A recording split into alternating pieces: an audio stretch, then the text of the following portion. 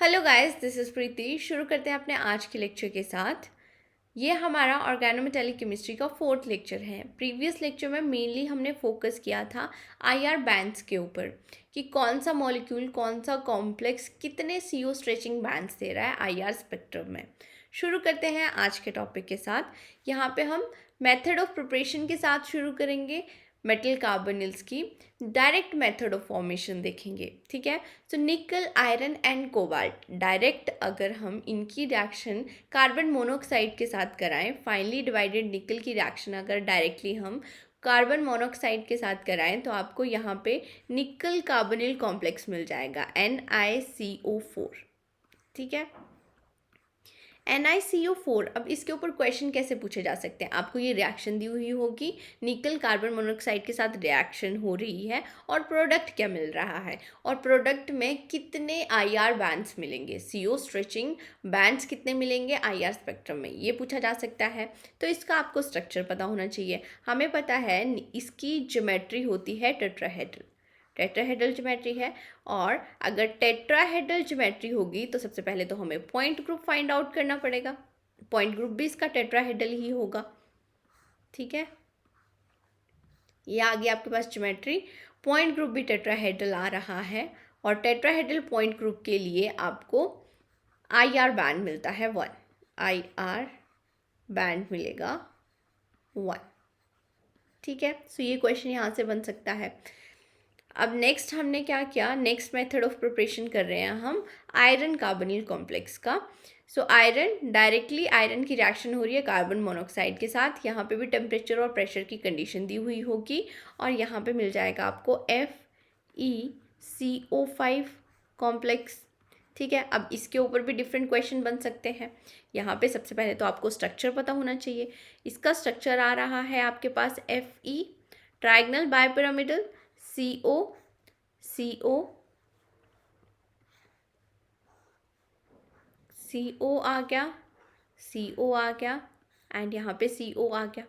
अब यहाँ पे सबसे पहले तो हमें पॉइंट ग्रुप फाइंड आउट करना पड़ेगा अगर हमें number of bands find out करने हैं तो। पॉइंट ग्रुप आता है यहाँ पे D3H, ये ऑलरेडी मैंने आपको बताया हुआ है अच्छे से। अच्छा, D3H पॉइंट ग्रुप के लिए नंबर ऑफ आईआर बैंड्स कितने आने चाहिए? 1 आने चाहिए, पर ऐसा नहीं होता है। क्यों नहीं होता है ऐसा? क्योंकि यहाँ पे आपको सामने सामने दिख रहा है कि 2 टाइप के कार्बोनिल्स मिल रहे हैं। एक आपको मिल रहा है यहाँ पे एक्सियल्स मिल रहे हैं और दूसरे टाइप के कार्बोनिल्स कौन से मिल रहे हैं? इक्वेटोरियल मिल रहे हैं। सो एक्सियल और इक्वेटोरियल के लिए अब डिफरेंट बैंड्स मिलेंगे। ठीक है, ये आपके पास इक्वेटोरियल आ गए, ये आपके पास एक्सियल आ गए। तो आपको आईआर बैंड्स कितने मिलेंगे यहाँ पे? यहाँ पे आईआर बैंड्स मिलेंगे आपको 2। ठीक है, सो ये याद रखना है।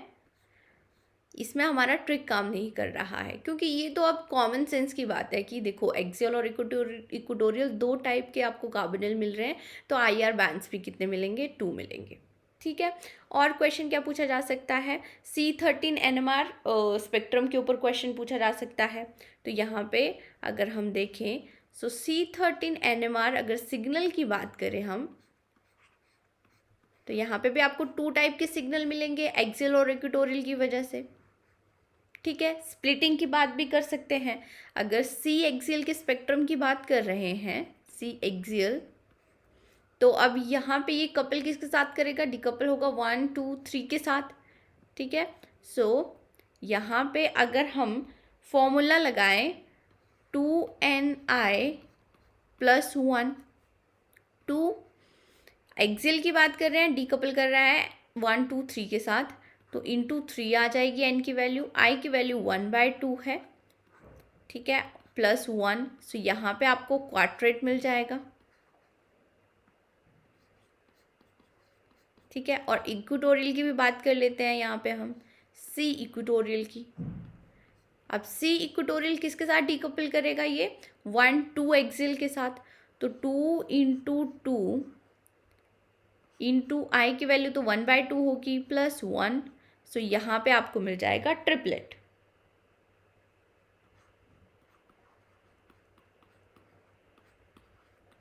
ठीक है, सो इतनी इंफॉर्मेशन हमने गैदर कर ली।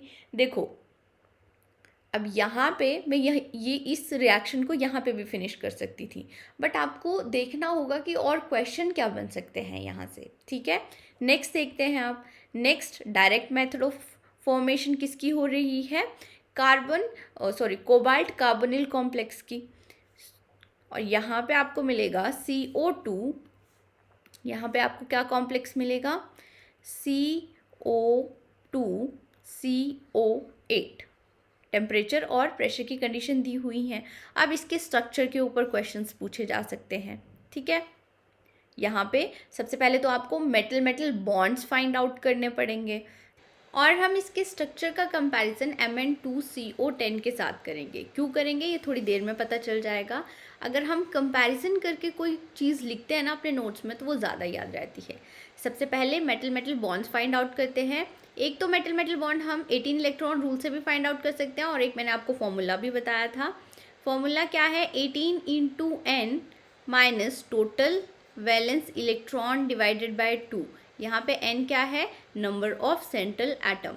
तो यहाँ पे 18 × n कितना आ जाएगा, 36।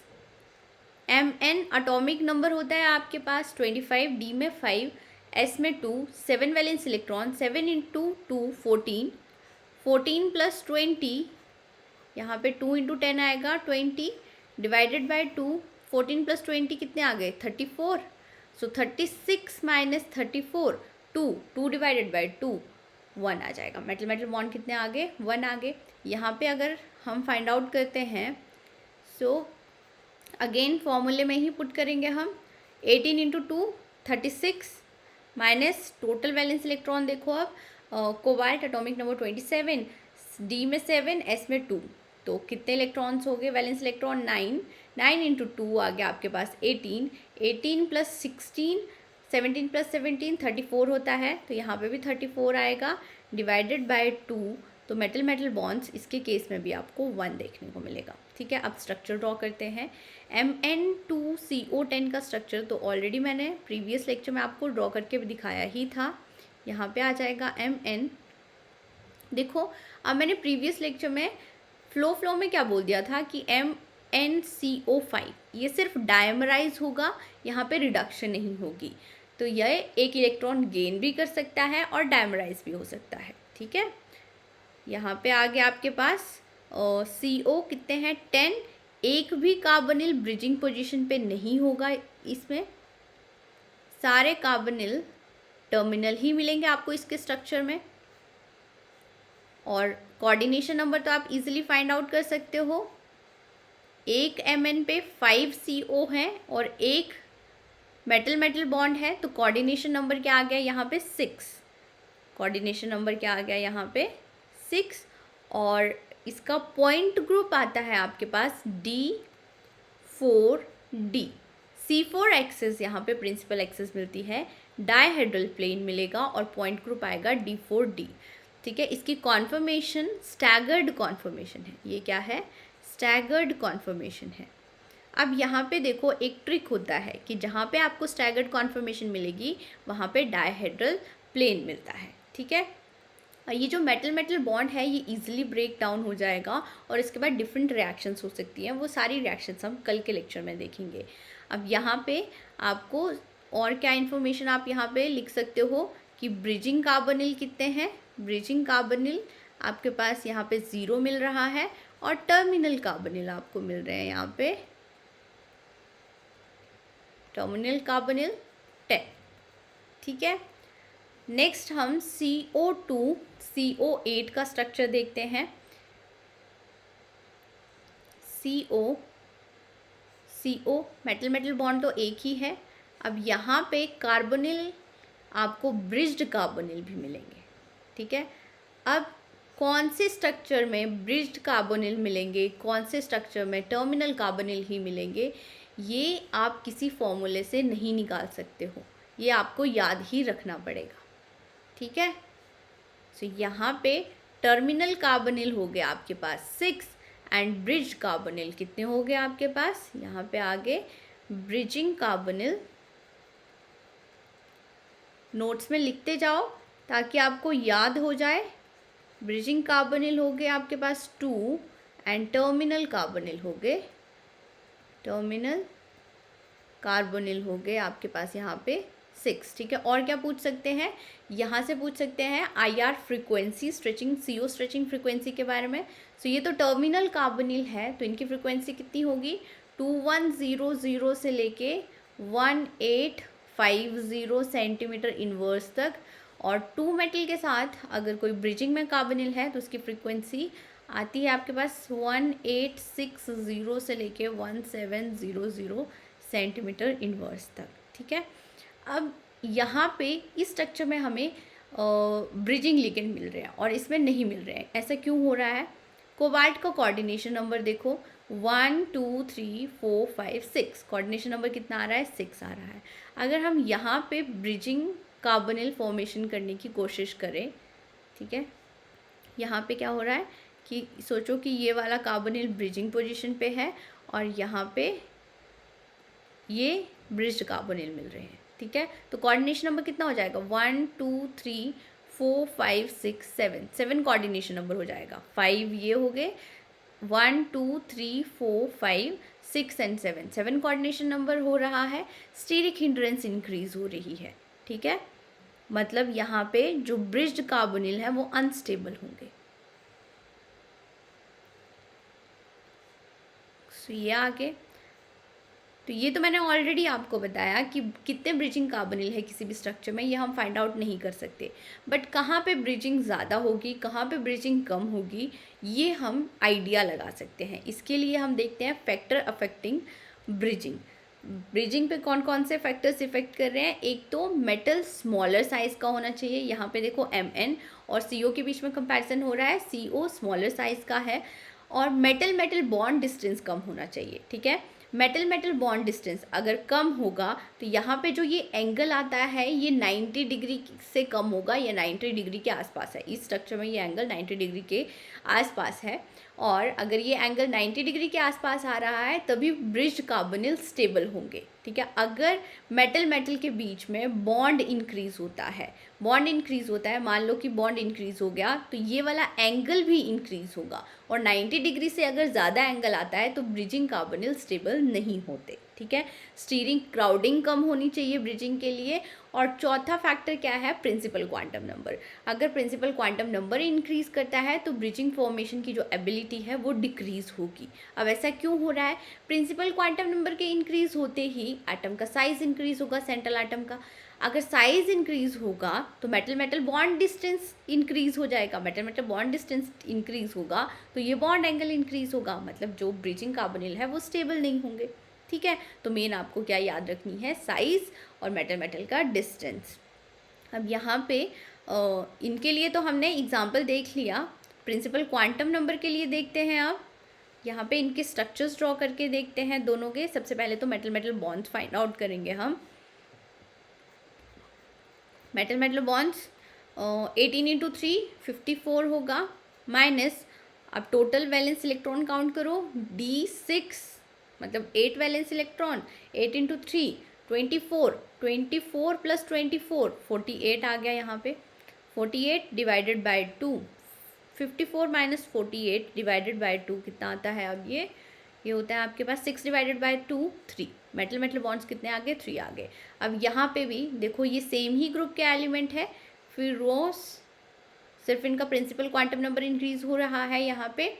मतलब यहाँ पे मेटल मेटल बॉन्ड, क्योंकि वैलेंस इलेक्ट्रॉन तो सेम ही होंगे तो मेटल मेटल बॉन्ड भी यहाँ पे सेम ही देखने को मिलेंगे। अब इनके स्ट्रक्चर्स देखते हैं। सो स्ट्रक्चर अगर हम यहाँ पे देखें तो ये आ गया आपके पास आयरन, थोड़ा सा नीचे ड्रॉ करते हैं, ये आ गया आपके पास आयरन एंड यहाँ पे एक और आयरन होगा। मेटल मेटल बॉन्ड्स 3 देखने को मिल रहे हैं, ये हमने 3 बॉन्ड बना लिए। उसके बाद ब्रिज्ड कार्बोनिल यहाँ पे आपको 2 मिलेंगे। ठीक है, 2 ब्रिजिंग कार्बोनिल मिलेंगे ये आगे। और यहाँ पे इस आयरन के साथ 3 टर्मिनल कार्बोनिल, ये हमने लगा दिए CO CO CO। इसके साथ भी 3 टर्मिनल कार्बोनिल, ये हमने लगा दिए CO CO CO। एंड यहाँ पे आपको मिलेंगे 4 टर्मिनल कार्बोनिल।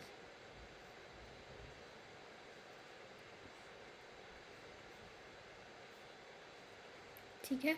और अगर यहाँ पे स्ट्रक्चर हम ड्रॉ करके देखें इसका, तो इसका स्ट्रक्चर कुछ ऐसा होगा, OS OS एंड OS, और इसमें आपको यहाँ पे आपको एक भी ब्रिजिंग कार्बोनिल देखने को नहीं मिलेगा।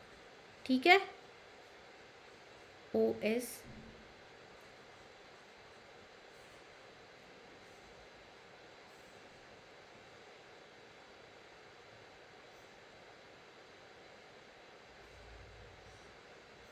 यहाँ पे फोर टर्मिनल कार्बोनिल्स ही आपको मिलेंगे, CO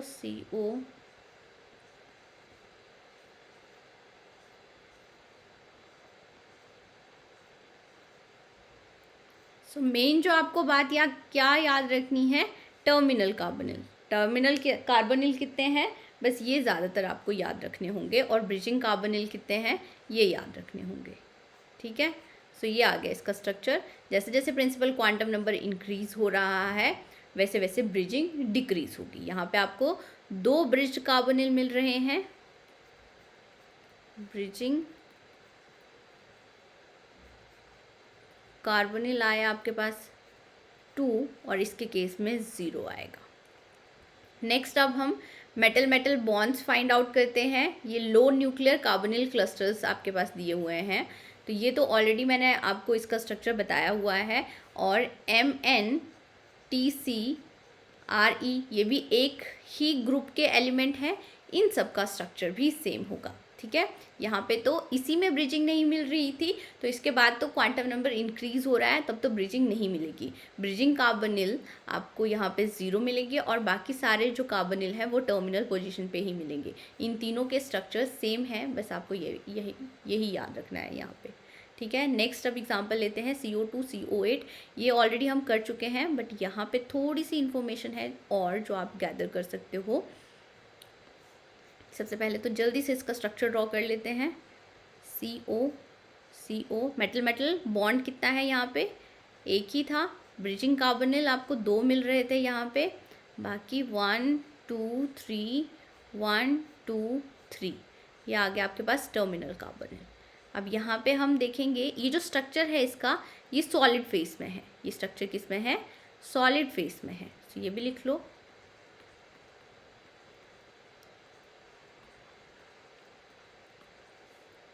यहाँ पे और क्या है, और पॉइंट ग्रुप पूछा जा सकता है। सो पॉइंट ग्रुप होगा यहाँ पे C2 एक्सेस मिलेगी आपको, प्रिंसिपल एक्सेस। ठीक है, C2V पॉइंट ग्रुप आ रहा है। और यहाँ पे देखो IR बैंड्स का जो मैंने ट्रिक बताया हुआ था ना कल, वो सिर्फ उन्हीं मॉलिक्यूल्स पे यूज़ करना। ठीक है, यहाँ पे आपको IR बैंड्स 2 ही मिलेंगे, 2 IR बैंड्स मिलेंगे। ठीक है, और अगर इसको हम किसी सॉल्वेंट में लेते हैं, एनहेक्सेन हमने सॉल्वेंट ले लिया, एनहेक्सेन सॉल्वेंट लिया, तो ब्रिजिंग कार्बोनिल चेंज हो जाएंगे टर्मिनल में।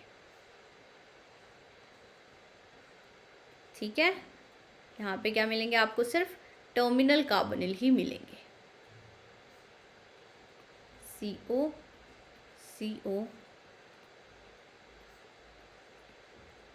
और यहाँ पे पॉइंट ग्रुप हो जाएगा आपके पास, ये स्टैगर्ड कॉन्फर्मेशन है, ये आ गया आपके पास स्टैगर्ड कॉन्फर्मेशन।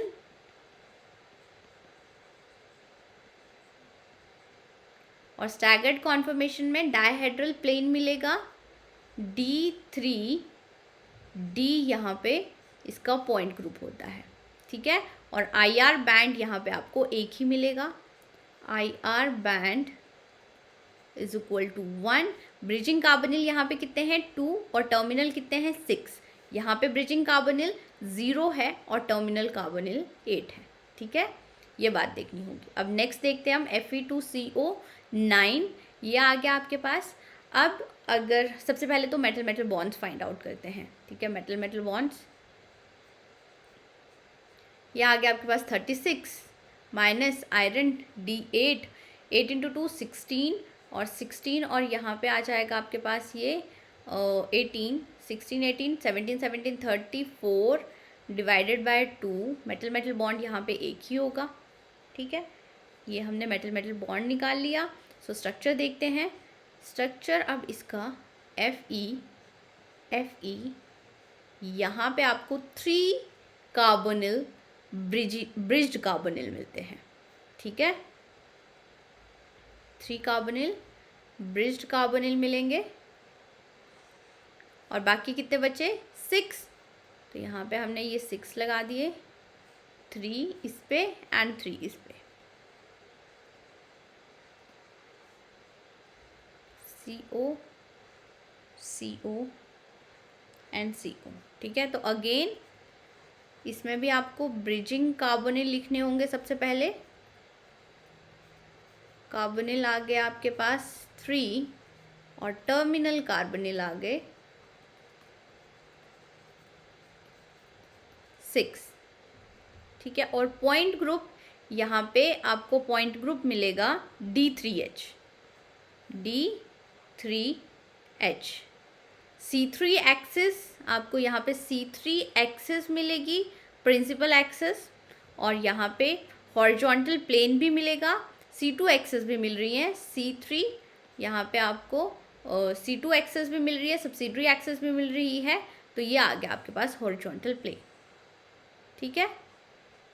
तो इसको तो मत ही ड्रॉ करो, अदरवाइज ये थोड़ा गंदा सा लग रहा है।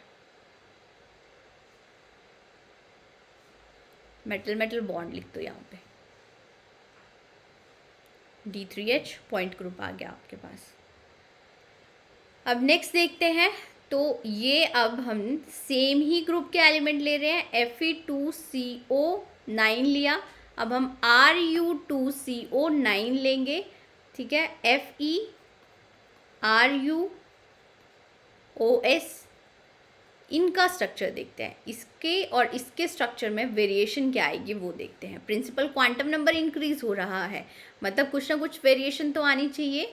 यहाँ पे आपको इन दोनों के स्ट्रक्चर एक जैसे ही मिलते हैं, ठीक है। एक क्या बात याद रखनी है, इन दोनों के स्ट्रक्चर सेम होंगे। और इसकी जगह पे अब मेटल लिख लो, Ru भी लिख सकते हो, OS भी लिख सकते हो। और यहाँ पे आपको एक ही ब्रिज्ड कार्बोनिल मिलेगा। Metal metal bond easily find out कर सकते हो। मेटल मेटल बॉन्ड तो वैलेंस इलेक्ट्रॉन सेम है, तो सेम ही आएगा, एक ही आएगा मेटल मेटल बॉन्ड यहाँ पे, ठीक है। और ये आ गया आपके पास इनके स्ट्रक्चर्स। ब्रिजिंग कार्बोनिल यहाँ पे आपको एक ही मिल रहा है, बस यही बात याद रखनी है।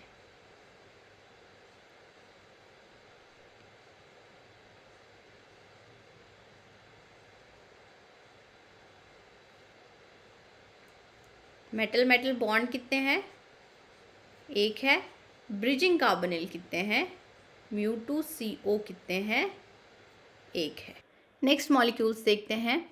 सो Fe3CO12 के स्ट्रक्चर को हम ऑलरेडी देख चुके हैं, OS3CO12 के स्ट्रक्चर को भी देख चुके हैं, इन दोनों का कंपैरिजन किया था। अब इन दोनों का स्ट्रक्चर सेम होता है, ठीक है, ये सेम है। Metal metal bond easily find out कर सकते हो, तीनों ही एक ही ग्रुप के एलिमेंट हैं, तो यहाँ पे मेटल मेटल बॉन्ड्स आपको सेम देखने को मिलेंगे। अब यहाँ पे वेरिएशन क्या आएगी, प्रिंसिपल क्वांटम नंबर इंक्रीज हो रहा है, साइज इंक्रीज हो रहा है, तो ब्रिजिंग डिक्रीज होगी, ठीक है। यहाँ पे Fe3CO12 के केस में अगर इसका कंपैरिजन हम करें Fe2CO9 के साथ, तो यहाँ पे स्टेरिक हिंड्रेंस कम थी, तो यहाँ पे ब्रिजिंग आपको ज़्यादा देखने को मिल रही थी, मोर ब्रिजिंग थी।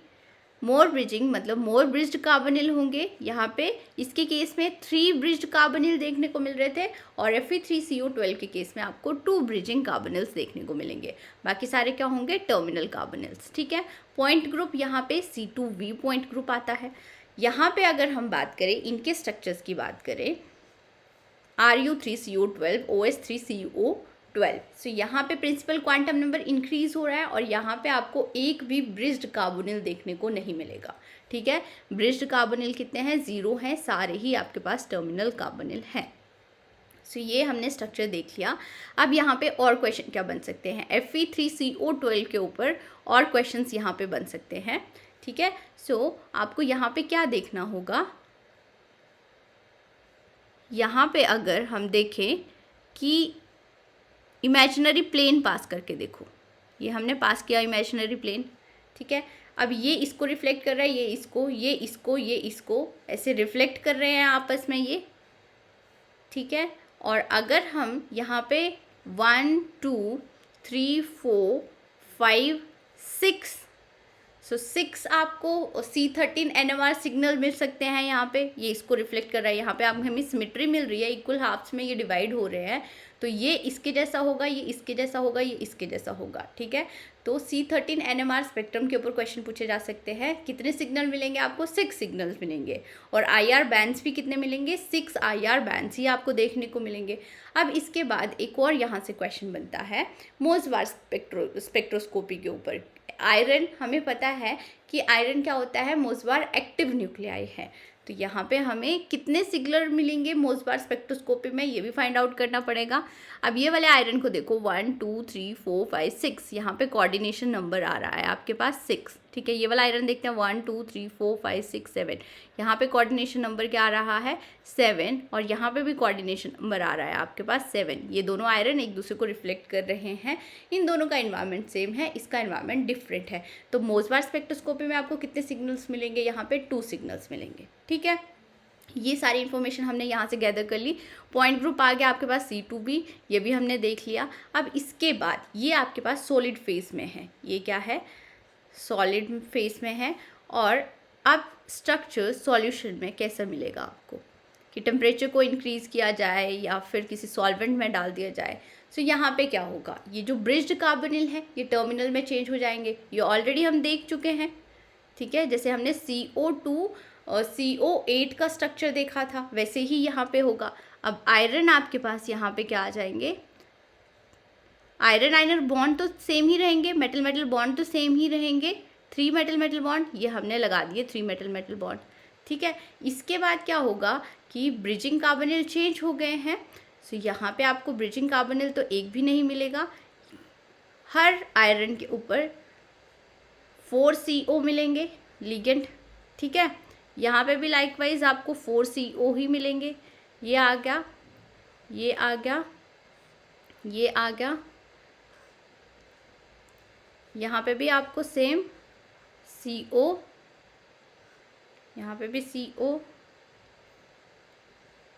अब देखो मोसबार स्पेक्ट्रम में कितने सिग्नल्स मिलेंगे, क्या डिफरेंस वेरिएशन देखने को मिल रही है हमें सॉल्यूशन फेज में। सो यहाँ पे अगर हम देखें तो ये वाला आयरन का कोऑर्डिनेशन नंबर यहाँ पे 1 2 3 4 5 6 है। कोऑर्डिनेशन यहाँ नंबर यहाँ पे भी 6 है, यहाँ पे भी 6 है, यहाँ पे भी 6 है। इन्वायरमेंट देखो सारे आयरन का इन्वायरमेंट सेम है। तो मोसबार स्पेक्ट्रोस्कोपी में आपको कितने सिग्नल्स मिलेंगे? 1 सिग्नल ही मिलेगा, क्योंकि सारे आयरन का इन्वायरमेंट सेम है। और क्या क्वेश्चन पूछा जा सकता है? C13 NMR, C13 NMR signal पे क्वेश्चन पूछा जा सकता है, ठीक है। अब यहाँ पे एक बार तो देखने से लगेगा कि ये सारे कार्बोनिल एक जैसे ही हैं, बट अब डिफरेंस क्या है, वेरिएशन क्या मिल रही है? यहाँ पे देखो ये कार्बोनिल, इस कार्बोनिल के ऑपोजिट पे आपको कार्बोनिल मिल रहा है। पर अगर हम इस कार्बोनिल को देखें सो इसके ऑपोजिट में मेटल मेटल बॉन्ड मिल रहा है। इस कार्बोनिल को देखो, इसके ऑपोजिट में भी क्या मिल रहा है? मेटल मेटल बॉन्ड मिल रहा है। मतलब कि ये वाला कार्बोनिल और ये वाला कार्बोनिल एक सिग्नल देगा, ठीक है, और ये वाला कार्बोनिल डिफरेंट सिग्नल देगा, ठीक है। लाइकवाइज यहाँ पे भी सेम ही होगा कि ये दोनों एक सिग्नल देंगे और आपको ये वाला देखो लाइकवाइज क्या होगा, ये वाला कार्बोनिल इसके ऑपोजिट में यहाँ पे आपको AA सिग्नल मिलेगा। अब इसके ऑपोजिट में आपको ये मेटल मेटल बॉन्ड मिल रहा है तो ये B सिग्नल देगा, इसके ऑपोजिट में भी मेटल मेटल बॉन्ड मिल रहा है, ये आपको B सिग्नल देगा। यहाँ पे भी आप सेम वे से देख सकते हो, ठीक है। तो यहाँ पे C13 NMR सिग्नल कितने मिल रहे हैं? 2 मिल रहे हैं। अगर यहाँ पे इसकी ज्योमेट्री की बात करें तो आपको ऑक्टाहेड्रल मिलेगी, ठीक है, ऑक्टाहेड्रल मिलेगी। सो ये थी इसके बारे में हमने इन्फॉर्मेशन। IR बैंड्स की बात करें तब भी आपको 2 IR बैंड्स मिलेंगे, यहाँ पे डिफरेंट कार्बोनिल्स मिल रहे हैं तो 2 IR बैंड्स भी ही मिलेंगे। ये भी लिख लो, IR बैंड्स कितने हैं? 2 हैं, ठीक है। नेक्स्ट देखते हैं अब M4CO12, ये आगे इनके स्ट्रक्चर्स हमें देखने हैं यहाँ पे। तो अगेन यहाँ पे तो वही इन्फॉर्मेशन गैदर करनी है। सबसे पहले तो metal metal bonds, metal metal bonds देखते हैं यहाँ पे, फॉर्मूला लगाओ। यहाँ पे मेटल क्या है, CO एंड RH है, इन दोनों का स्ट्रक्चर सेम ही होगा, इसलिए मैंने एक में ही लिख दिया है ये, ठीक है। CO and RH, CORH, core Heer IR, ये सेम ग्रुप के एलिमेंट हैं। यहाँ पे मेटल मेटल बॉन्ड्स तो आपको सेम ही मिलेंगे। सबसे पहले निकालते हैं। Cobalt atomic number 27, 7 valence electron होंगे D ऑर्बिटल में, S में 2, 9 इंटू 4 36 आ गया, और 12 इंटू 2 24 आ गया। तो यहाँ पे अगर हम देखें तो ये आ रहा है आपके पास 60, ठीक है। और 18 इंटू हमें क्या करना पड़ेगा, 18 इंटू 4, तो कैसे कर सकते हो, 20 इंटू 4 करो, 80 आ गया, उसमें से हमने 2 to 8 लेस कर दिया, 80 से 8 72 आ जाएगा, ठीक है। सो यहाँ पे आ गया आपके पास 72 माइनस 60 डिवाइडेड बाय 2 आ जाएगा। तो यहाँ पे आ गया आपके पास 12 divided by 2 6। Metal metal bonds कितने आ गए, 6। हर किसी के केस में कितने आएंगे, 6 ही आएंगे, ठीक है। स्ट्रक्चर ड्रॉ करते हैं जल्दी से। सो सबसे पहले तो हम मेटल लिख लेते हैं यहाँ पे। मेटल कोबाल्ट एंड RH, दोनों में से कोई भी हो सकता है। यहाँ पे हमने मेटल लिख लिए, ये आगे, ठीक है। अब हमने क्या किया, 6 बॉन्ड्स बनाने हैं, ये हमने बना लिए 6 बॉन्ड्स इसके।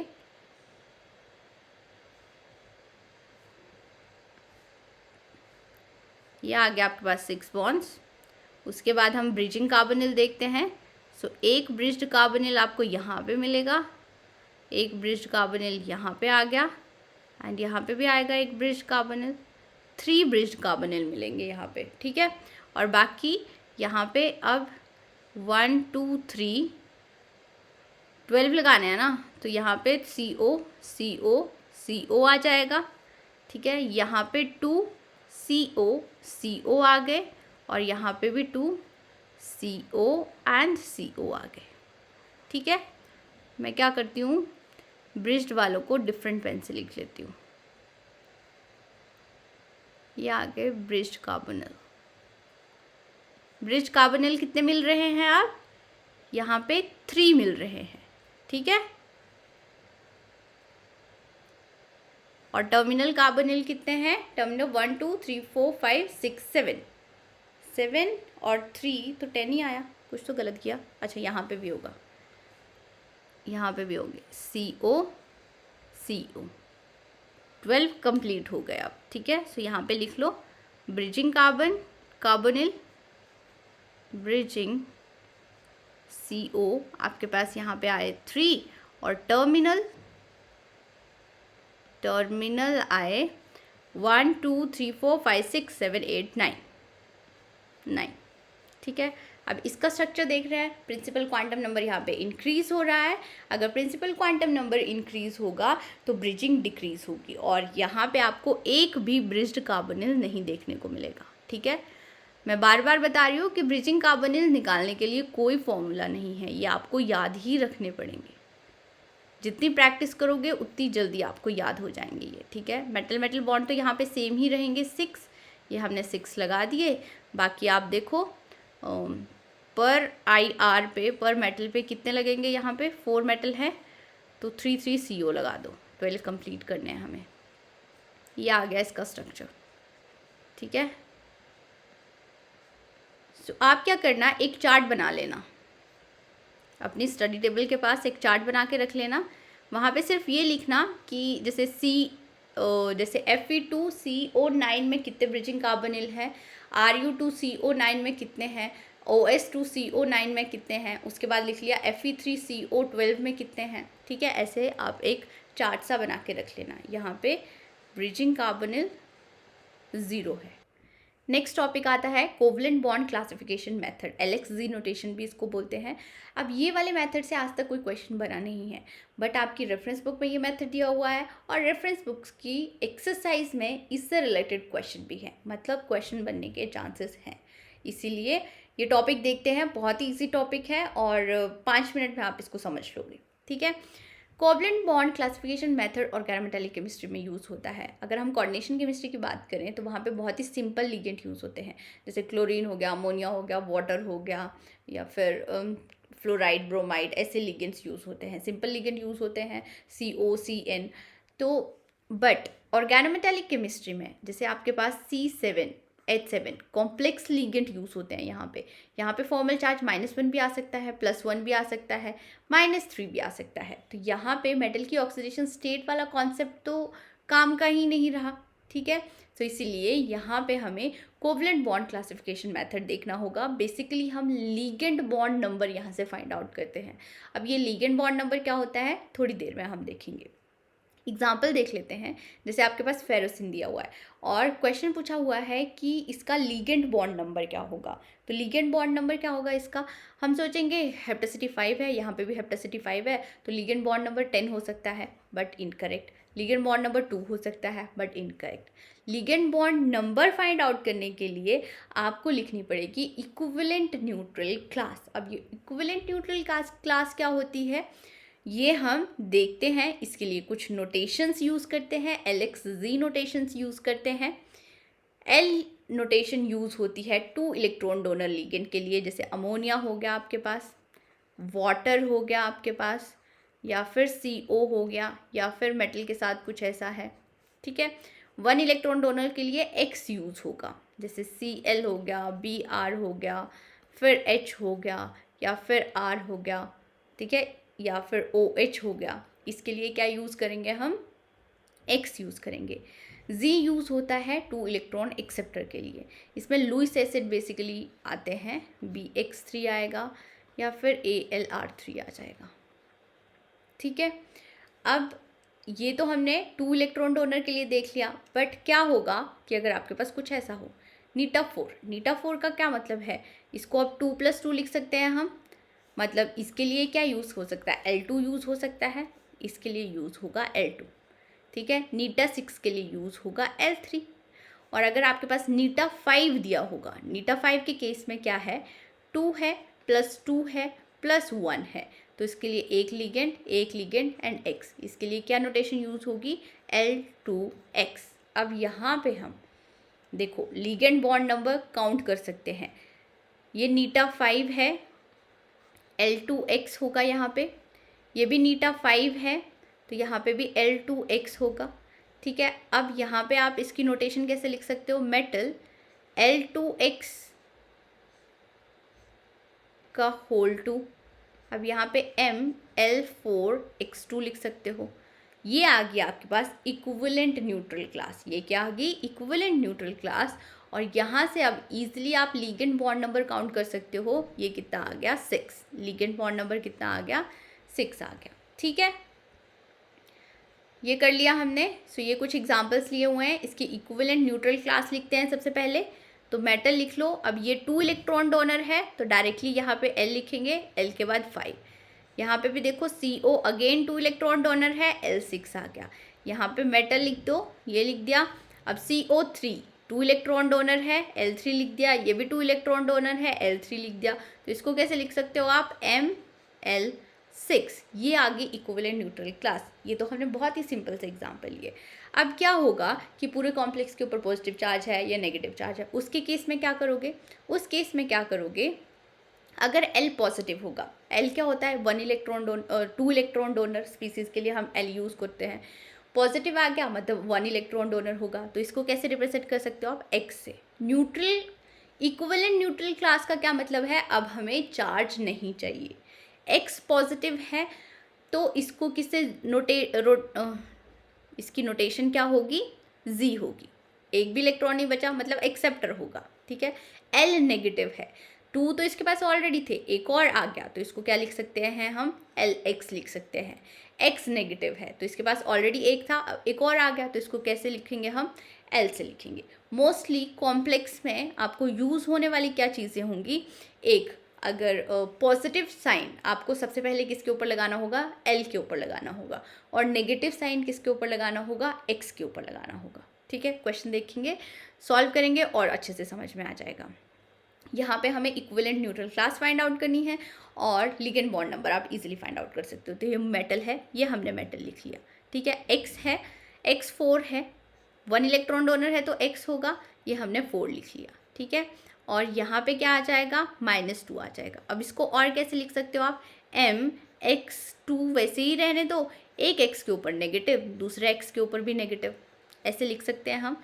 सो यहाँ पे इसकी इक्विवेलेंट न्यूट्रल क्लास क्या होगी, MX2, और यहाँ पे इसको क्या लिख सकते हो, L, इसको भी क्या लिख सकते हो, L2, ऐसे लिख सकते हैं। और यहाँ पे लिगेंड बॉन्ड नंबर कितना आ गया, 4 आ गया, इजीली फाइंड आउट कर सकते हैं। लाइकवाइज यहाँ पे देखो, यहाँ पे देखते हैं आयरन के लिए मेटल, ये 2 इलेक्ट्रॉन डोनर है तो L2। अब नीटा 5 है, अगर CP में हेप्टेसिटी नहीं भी दी हुई है ना तब भी आप 5 ही मानना, ठीक है। नीटा 5 है तो इसको L2X लिखते हैं, तो L2X हो गया। होल कॉम्प्लेक्स के ऊपर नेगेटिव चार्ज है, तो नेगेटिव चार्ज मैंने क्या बोला है, सबसे पहले आपको नेगेटिव चार्ज किसके ऊपर लगाना है, X के ऊपर लगाना है, ठीक है। सो यहाँ पे X के ऊपर हम नेगेटिव चार्ज लगा लेंगे। और इसकी अब न्यूट्रल क्लास क्या हो जाएगी, L2 है, L4 आ गया, इसके बदले भी हम L लिख सकते हैं अब, तो यहाँ पे L5 आ गया, ठीक है। ये आ गया आपके पास और इक्विवेलेंट न्यूट्रल क्लास। और लिगेंड बॉन्ड नंबर क्या आएगा, यहाँ पे 5 आएगा, यहाँ पे लिगेंड बॉन्ड नंबर क्या आएगा, 4 आएगा, ठीक है। इजीली कर सकते हैं।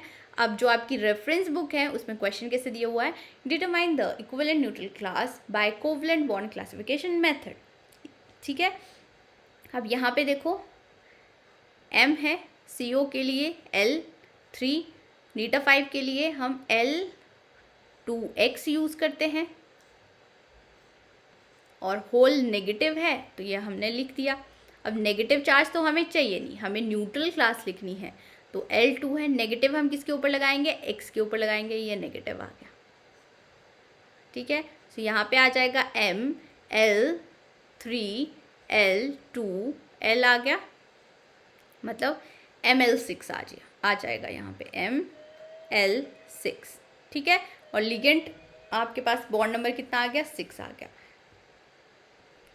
ये देखते हैं आप, मेटल आ गया। अब ये 1 इलेक्ट्रॉन डोनर होता है तो X2 लिख दिया। यहाँ पे अगेन हमें L2X लिखना होगा, L2X का होल ट्वाइस, ये हमने लिख दिया। MX2, ये L4 आ गया एंड X2 आ गया, ठीक है।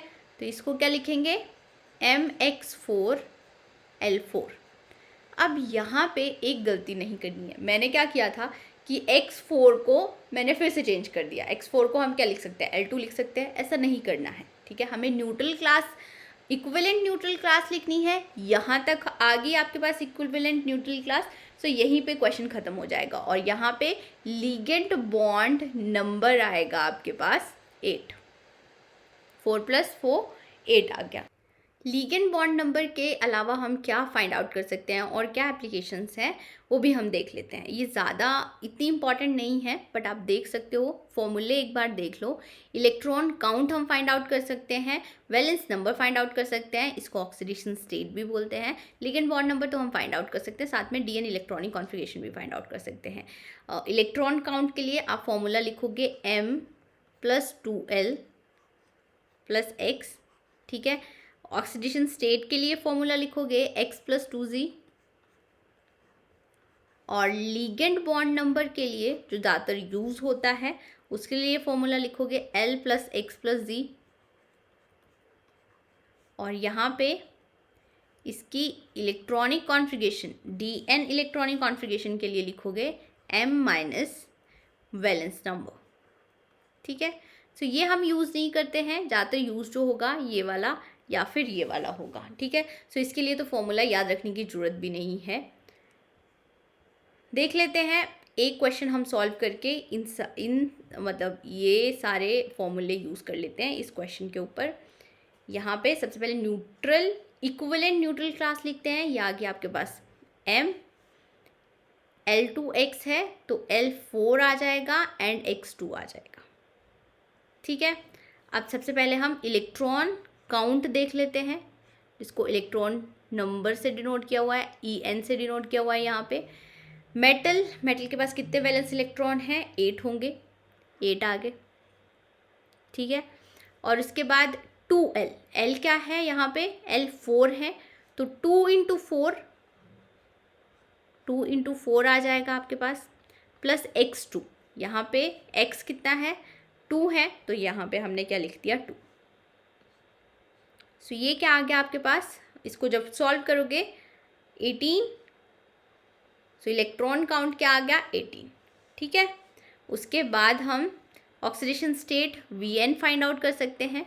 सो यहाँ पे x कितने हैं? 2 है, तो 2 प्लस z तो एक भी नहीं है, 0, तो यहाँ पे ऑक्सीडेशन स्टेट क्या आ जाएगी? +2 ऑक्सीडेशन स्टेट आ जाएगी, ठीक है। उसके बाद ligand bond number L plus x plus z, तो z तो है नहीं, L प्लस x 4 + 2 आ जाएगा। लिगेंड बॉन्ड नंबर 4 + 2 6 आ गया, ठीक है। उसके बाद Dn electronic configuration, Dn metal के लिए हमने लिखना है, तो इसके लिए फॉर्मूला क्या है? मेटल, मेटल के पास वैलेंस कितने इलेक्ट्रॉन हैं?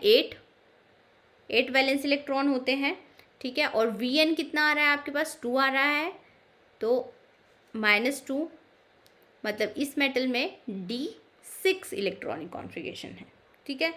सो ये तो आप इजीली कैलकुलेट भी कर सकते हो, ये चीज़, ये भी आप खुद से कैलकुलेट कर सकते हो, इलेक्ट्रॉन नंबर भी खुद से कैलकुलेट कर सकते हो, तो ये इतना ध्यान देने की ज़रूरत नहीं है। जो मेन यहाँ पे काम आने वाली चीज़ है वो लिगेंड बॉन्ड नंबर है, ठीक है। क्वेश्चंस देखते हैं, ये सारी आपकी रेफरेंस बुक के ही क्वेश्चन हैं। अब जो इजी क्वेश्चन थे वो नहीं लिए हुए हैं मैंने, जो यहाँ पे ये टफ क्वेश्चन मेरे को लगा वही मैंने लिए हुए हैं, ठीक है। सो यहाँ पे हमें इक्विवेलेंट न्यूट्रल क्लास लिखनी है इन दोनों की। आयरन के लिए तो मेटल लिखेंगे। अब ये वाला लिगेंड देखो, ये वाला लिगेंड क्या है? ये P, आपके पास कुछ ऐसा होगा P, और यहाँ पे pH है, यहाँ पे pH है, यहाँ पे भी pH है ये, एंड pH है, ठीक है। सो ड्रॉ करके तो ये इजी लग रहा है। ये इसके पास एक लोन पेयर होगा, इसके पास एक लोन पेयर होगा, तो ये 4 इलेक्ट्रॉन डोनर होगा, ठीक है। 4 इलेक्ट्रॉन डोनर के लिए हम L2 लिख सकते हैं। सो यहाँ पे लिख लिया L2। नीटा 5 है, नीटा 5 के लिए L2X, तो यहाँ पे आ गया ML4X, ठीक है। नेक्स्ट एग्जाम्पल देखते हैं। यहाँ पे आ गया ये M, नीटा 5 है तो L2X लिखोगे इसको, और इसको 2 इलेक्ट्रॉन डोनर है L3 लिख दिया, एंड ये 1 इलेक्ट्रॉन डोनर है तो X लिख दिया, ठीक है। यहाँ पे इक्विवेलेंट न्यूट्रल क्लास क्या आएगी आपके पास? ML5X2, ये आ गई इक्विवेलेंट न्यूट्रल क्लास, और लिगेंड बॉन्ड नंबर आ जाएगा यहाँ पे 7।